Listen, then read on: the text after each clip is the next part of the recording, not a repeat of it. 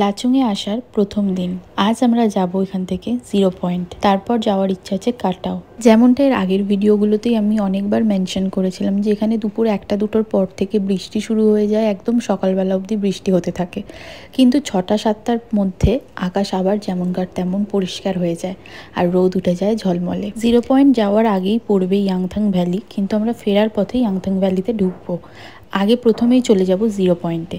0 পয়েন্টে আমরা যেরকম পরিমাণে বরফ পেয়েছি, আমরা এর আগেও একবার গ্যাংটক এসেছিলাম, কিন্তু এরকম দৃশ্য কোনোদিন দেখতে পাইনি। আমরা লাদাখ ঘোরা, গ্যাংটক ঘোরা, দার্জিলিং ঘোরা, কিন্তু এত বরফ, তার উপর সবথেকে যেটা মেন আকর্ষণ ছিল রাস্তার দুধারে বরফের চাই থাকবে আর মাঝখান দিয়ে আমরা যাব।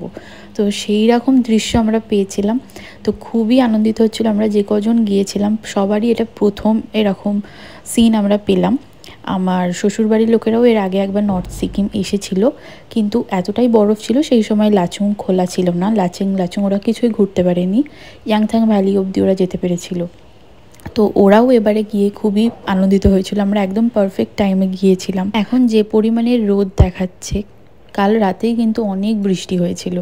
আর আমাদের যেতে যেতে রাস্তাতেও নিচে বৃষ্টি হওয়া মানে ওপরে সেরকম স্নোফলও হচ্ছিল। তো সেই কারণে রাস্তাতেও অনেক বরফ জমেছিল, যেগুলো সব পরিষ্কার করার কাজ হচ্ছিল। আমরা কিছুক্ষণ সেই জন্য দাঁড়িয়েও পড়েছিলাম মাঝখানে, কারণ রাস্তা সাফাইয়ের কাজ চলছিল। এই শুরু হলো আমাদের সেই বরফের রাস্তা দিয়ে মাঝখান দিয়ে যাওয়ার জার্নি। আর যেটা বলছিলাম যে রাস্তা পরিষ্কার হচ্ছিল, এত বরফ পড়েছিল, তার জন্য এখানে কিছুক্ষণ আমাদের ওয়েট করতে হচ্ছিল।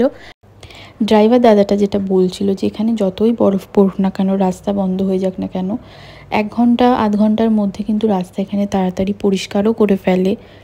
আর এই ছিল সেই দৃশ্য যেটার কথা আমি বারবার বলছিলাম, যে দুধারে এরকম মোটা মোটা বরফের চাই আর মাঝখান দিয়ে আমরা যাচ্ছি। এই দৃশ্যটা আমাদের একজনের খুবই ভালো লেগেছিল। এটা দেখার জন্যই আমরা অনেকবার পাহাড়ে গেছি, কোনো দিন পাইনি। আর এটা আমরা একমাত্র পেলাম নর্থ সিকিমে গিয়ে।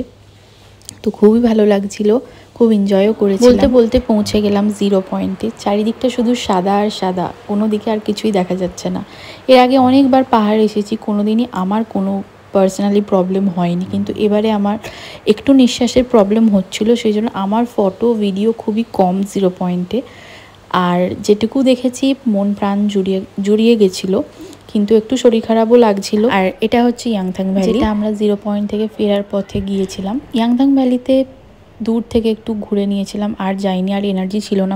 0 পয়েন্টের মতো জায়গা থেকে ঘুরে আসার পর ইয়াংথাং ভ্যালিতে আর বেশিক্ষণ ওয়েট করার ইচ্ছা হচ্ছিল না। আর অলরেডি বৃষ্টি হওয়াও শুরু হয়ে গিয়েছিল, তো সেই জন্য আমরা হোটেলে চলে এসেছিলাম। আর এই বৃষ্টির চক্করেই আজ আর আমাদের কাটাও যাওয়া হবে না। আর ড্রাইভার দাদা বলেই দিয়েছে যে কাল যদি একদম সকাল 6টা সাড়ে 6টার মধ্যে বেরানো যায় তবেই কাটাও ঘোরা যাবে, কেননা কাল আমরা আবার গ্যাংটকে নেমে যাচ্ছি। সেই কারণে আবার দেখা হবে তাহলে কালকে কাটাওয়ের ভিডিও নিয়ে। আজকের মতো টাটা।